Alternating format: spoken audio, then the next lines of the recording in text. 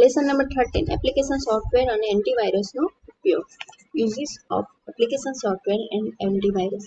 Application software એ ખાસ પ્રકારના પ્રોગ્રામ્સ છે જેનો ઉપયોગકર્તાની જરૂરિયાત મુજબ અને ખાસ પ્રકારના કાર્ય કરવા માટે તૈયાર કરવામાં આવે છે. ઓફિસમાં વિવિધ પ્રકારની કામગીરી કરવા, ખાતાકીય હિસાબ કિતાબ રાખવા, વિવિધ પ્રકારના રિપોર્ટ તૈયાર કરવા, પત્ર અને ડોક્યુમેન્ટેશન તૈયાર કરવા પ્રકારની કામગીરી કરવા માટે એપ્લિકેશન સોફ્ટવેર તૈયાર કરવામાં આવે છે.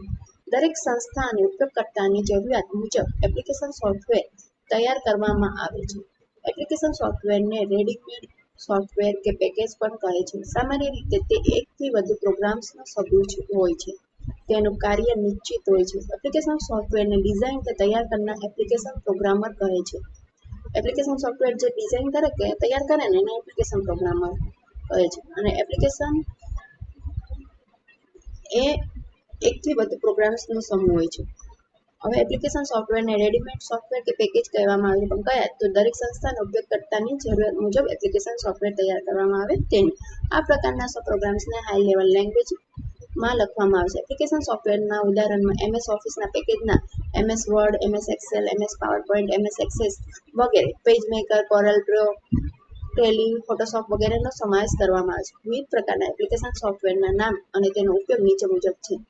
એપ્લિકેશન સોફ્ટવેરમાં MS વર્ડ શબ્દ પ્રક્રિયા એટલે કે ડોક્યુમેન્ટ બનાવવા માટે છે.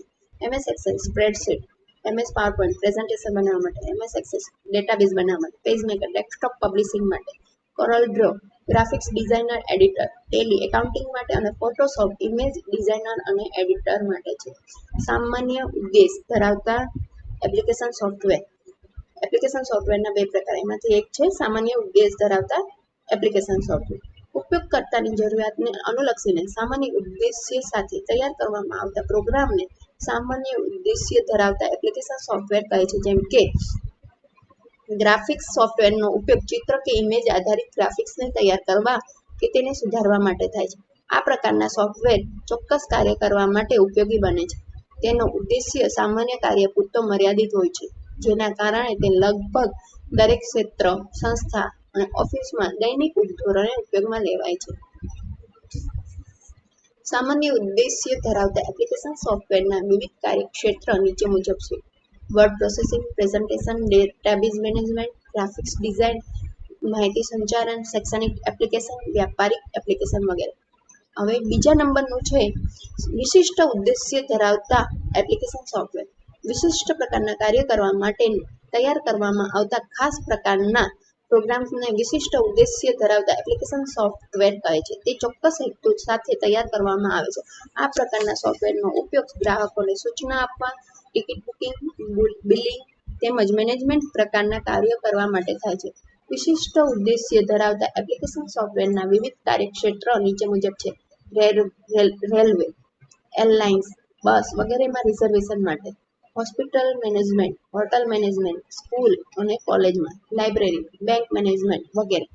એપ્લિકેશન સોફ્ટવેરની મહત્વપૂર્ણ બાબતો નીચે મુજબ છે. તે ચોક્કસ હેતુ કે ઉદ્દેશ્ય સાથે તૈયાર કરવામાં આવે છે.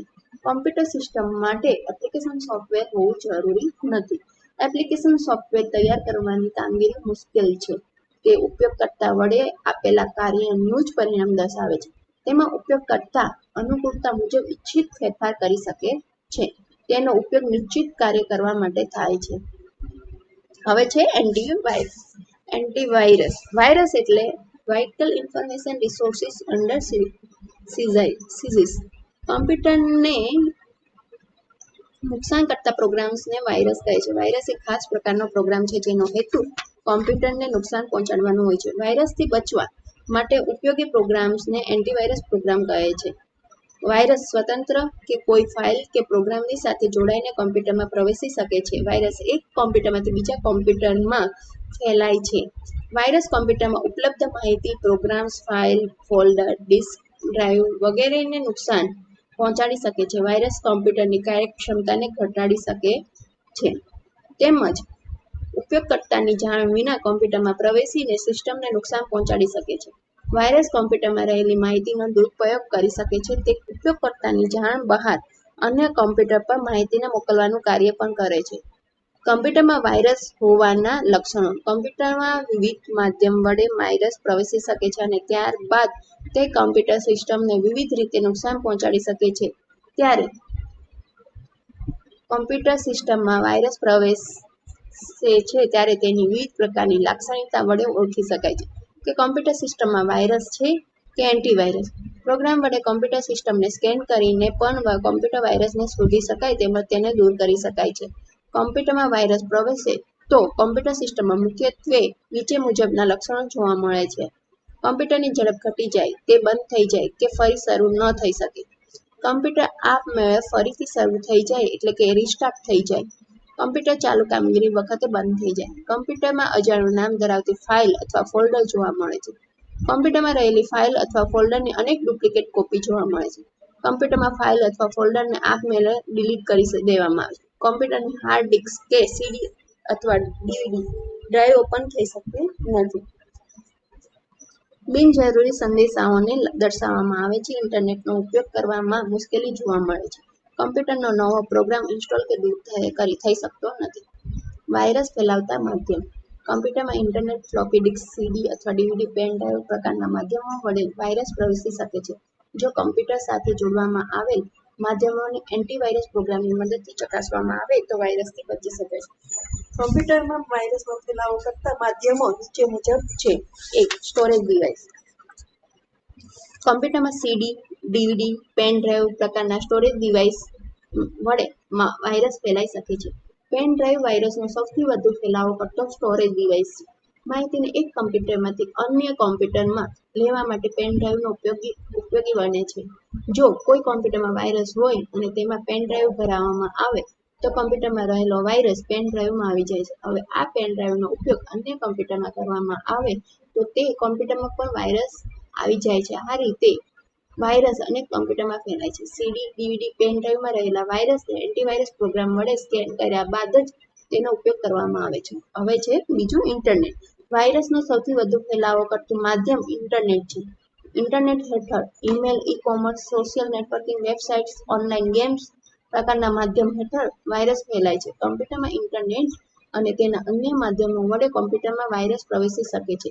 ઇન્ટરનેટ પર અજાણી વેબસાઇટ પરથી માહિતી કે પ્રોગ્રામ્સ ડાઉનલોડ ન કરવામાં આવે તે ઇચ્છનીય છે. ઈમેલ. ઈમેલ વાયરસનો સૌથી વધુ ફેલાવો કરતું ઓનલાઈન માધ્યમ છે. ઈમેલ સાથે અટેચમેન્ટ સ્વરૂપે વાયરસ ધરાવતી ફાઇલને જોડીને વાયરસ મોકલવામાં આવે છે. આ પ્રકારના ઈમેલને આકર્ષક અને પ્રલોભન આપતા વિષય સાથે મોકલવામાં આવે છે. વાયરસ ધરાવતા ઈમેલ કે અટેચમેન્ટને ખોલતા જ વાયરસ કમ્પ્યુટરમાં પ્રવેશી જાય છે. આ પ્રકારના વાયરસથી બચવા માટે આકર્ષક અને પ્રલોભન આપતા ઈમેલ કે તેમાં રહેલા અટેચમેન્ટને ઓપન ન કરવા જોઈએ અને તેને વાંચ્યા વિના જ ડિલીટ કરવામાં આવે તે હિતાવહ છે. જો જરૂરી હોય તો આ પ્રકારના ઈમેલને ઓપન કરતા અગાઉ એન્ટીવાયરસ પ્રોગ્રામને વડે સ્કેન કરીને ઉપયોગમાં લેવામાં આવે છે. તે જરૂરી છે. Online games. કમ્પ્યુટરમાં ઓનલાઈન ગેમ્સના માધ્યમથી વાયરસ પ્રવેશી શકે છે.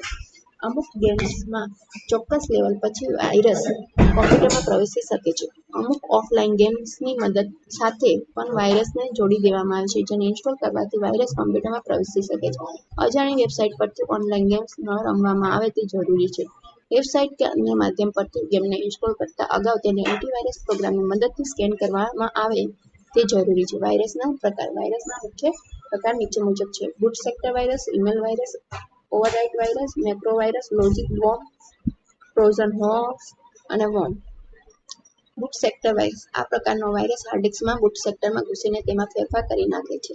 આ પ્રકારનો વાયરસ કમ્પ્યુટરમાં શરૂ કરવામાં આવે ત્યારે શરૂ થતી બુટિંગ પ્રોસેસને નુકસાન પહોંચાડે છે. જો કે હાલમાં આ પ્રકારનો વાયરસ ઓછો જોવા મળે છે. Email virus. આ પ્રકારનો વાયરસ ઈમેલના માધ્યમથી ફેલાય છે. હાલમાં ઈમેલનો વધુ ઉપયોગ થાય છે તેથી આ પ્રકારનો વાયરસ વધુ ફેલાય છે. તે આકર્ષક સ્વરૂપના વિષય સાથે ફેલાવવામાં આવે છે. મોટાભાગે ઈમેલની સાથે જોડવામાં આવતા જોડાણ સ્વરૂપની ફાઇલમાં આ પ્રકારનો વાયરસ મોકલી આપવામાં આવે છે. આ પ્રકારનો વાયરસ કમ્પ્યુટરમાં ઝડપથી ફેલાય છે અને સંપૂર્ણ સિસ્ટમને અસર કરી શકે છે. Overwrite virus. આ પ્રકારનો વાયરસ કમ્પ્યુટરમાં રહેલી ફાઇલમાં ફેરફાર કરી નાખે છે અને ફાઇલમાં રહેલી તમામ માહિતીને દૂર કરી દે છે. તે ફાઇલનું સ્વરૂપ સંપૂર્ણ રીતે બદલી નાખે છે અને ફાઇલની સાઇઝમાં ફેરફાર કરી દે છે. સામાન્ય રીતે તે ફાઇલને અન્ય ફાઇલ સાથે ઓવરરાઇટ કરી દે છે અને ફાઇલનો ઉપયોગ ન કરી શકાય તે સ્વરૂપમાં ફેરવી દે છે. Macro virus. આ પ્રકારના વાયરસ ચોક્કસ આદેશોની શ્રેણી ધરાવે છે. તેને મેક્રો કહે છે. તેમાં કમ્પ્યુટરને નુકસાન કરતા કમાન્ડોની યાદી તૈયાર કરીને સક્રિય કરવામાં આવે છે. તે ચોક્કસ પ્રકારની પ્રોગ્રામિંગ ભાષામાં તૈયાર કરવામાં આવે તે વર્ડ કે એક્સેલ પ્રકારના પ્રોગ્રામની ફાઇલ સાથે તૈયાર કરીને મોકલવામાં આવે છે. Logic bomb. આ પ્રકારનો વાયરસ એક લોજિક એટલે કે તર્ક આધારિત હોય છે. કોઈ ચોક્કસ તાર્કિક પરિસ્થિતિના અંતે તે સક્રિય બની જાય છે અને કોમ્પ્યુટરને નુકસાન કરવાનું શરૂ કરી દે છે. સામાન્ય રીતે તે સક્રિય બન્યા પછી કોમ્પ્યુટરને નુકસાન કરતા એવા ચોક્કસ પ્રકારના કમાન્ડ આપી દે છે કોમ્પ્યુટરને નુકસાન પહોંચાડે. Trojan horse. આ પ્રકારનો વાયરસ અન્ય વાયરસ કરતાં અલગ છે. તે મુખ્યત્વે કોમ્પ્યુટરમાં રહેલી પાસવર્ડ પ્રકારની અગત્યની માહિતીને અન્યને મોકલવાનું કાર્ય કરે છે. તે છુપી રીતે કોમ્પ્યુટરને નુકસાન કરવાનું કાર્ય કરે છે. તે ફાઇલને ડિલીટ કરવાની કે માહિતીને બદલવાનું કાર્ય પણ કરી શકે છે. તે આપણી ભૂલના કારણે કોમ્પ્યુટરમાં પ્રવેશે છે. ઇન્ટરનેટ પરથી કોઈ માહિતી ડાઉનલોડ કરવાથી કે ભૂલથી કોઈ પોપઅપ પર ક્લિક કરવાથી તે કોમ્પ્યુટરમાં પ્રવેશી જાય છે. મોબ. આ પ્રકારના વાયરસ મુખ્યત્વે કમ્પ્યુટર નેટવર્કનો ઉપયોગ કરીને ફેલાય છે. તે સામાન્ય રીતે મેક્રો સ્વરૂપે હોય છે અને ફેલાવવા માટે કોઈ હોસ્ટ ફાઇલનો ઉપયોગ કરે છે. માય ડૂમ અને આઈ લવ યુ એ બોમ્બ પ્રકારના વાયરસના ઉદાહરણ છે. કમ્પ્યુટર સિસ્ટમને વાયરસથી બચાવવાના ઉપાયો. કોમ્પ્યુટરમાં વાયરસ પ્રવેશી જાય તો તે સિસ્ટમને વિવિધ રીતે નુકસાન પહોંચાડી શકે છે. વાયરસના કારણે કમ્પ્યુટર સિસ્ટમમાં રહેલી અગત્યની માહિતીથી લઈને કમ્પ્યુટર બંધ થઈ જાય ત્યાં સુધીની સમસ્યા ઉદ્ભવી શકે છે. જો અમુક ચોક્કસ પ્રકારની સાવચેતી રાખવામાં આવે તો કમ્પ્યુટર સિસ્ટમમાં વાયરસને આવવાથી બચાવી શકાય છે. કમ્પ્યુટર સિસ્ટમને વાયરસથી બચાવના ઉપાયો નીચે મુજબ છે. કમ્પ્યુટરમાં સ્ટાન્ડર્ડ કંપનીનું એન્ટીવાયરસ સોફ્ટવેર ઇન્સ્ટોલ કરો. વિવિધ પ્રકારના સ્ટોરેજ ડિવાઇસને સ્કેન કર્યા બાદ જ તેનો ઉપયોગ કરો. ઇન્ટરનેટ, ઈમેલ, ઓનલાઇન ગેમ્સના ઉપયોગમાં સાવચેતી રાખો. કમ્પ્યુટરમાં ઉપલબ્ધ ફાયરવોલનો ઉપયોગ કરો. કમ્પ્યુટરમાં રહેલી અગત્યની માહિતીનો નિયમિત રીતે બેકઅપ લો.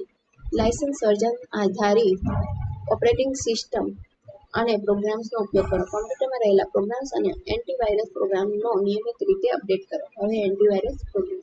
કમ્પ્યુટરને વાયરસથી સુરક્ષિત કરવા માટે કમ્પ્યુટરમાં સ્ટાન્ડર્ડ કંપનીનો એન્ટીવાયરસ પ્રોગ્રામ ઇન્સ્ટોલ કરવામાં આવે તે જરૂરી છે. એન્ટીવાયરસ પ્રોગ્રામને ઇન્સ્ટોલ કર્યા બાદ તેને નિયમિત રીતે અપડેટ કરવામાં આવે તે પણ જરૂરી છે.